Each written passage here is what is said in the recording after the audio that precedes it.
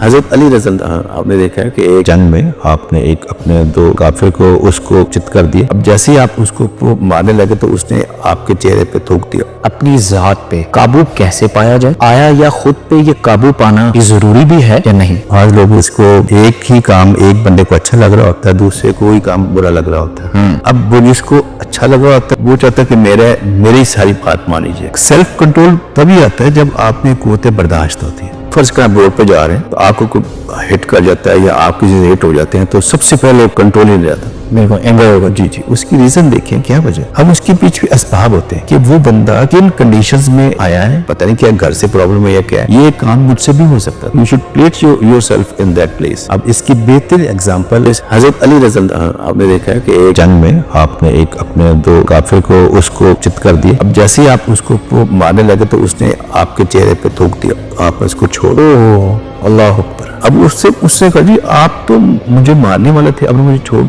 پہلے میں اسلام کے لیے لڑ رہا تھا, اب یہ تم نے مجھے تھوکا تو میری ذاتی انا آ جائے. یہ سیلف کنٹرول ہوتا ہے.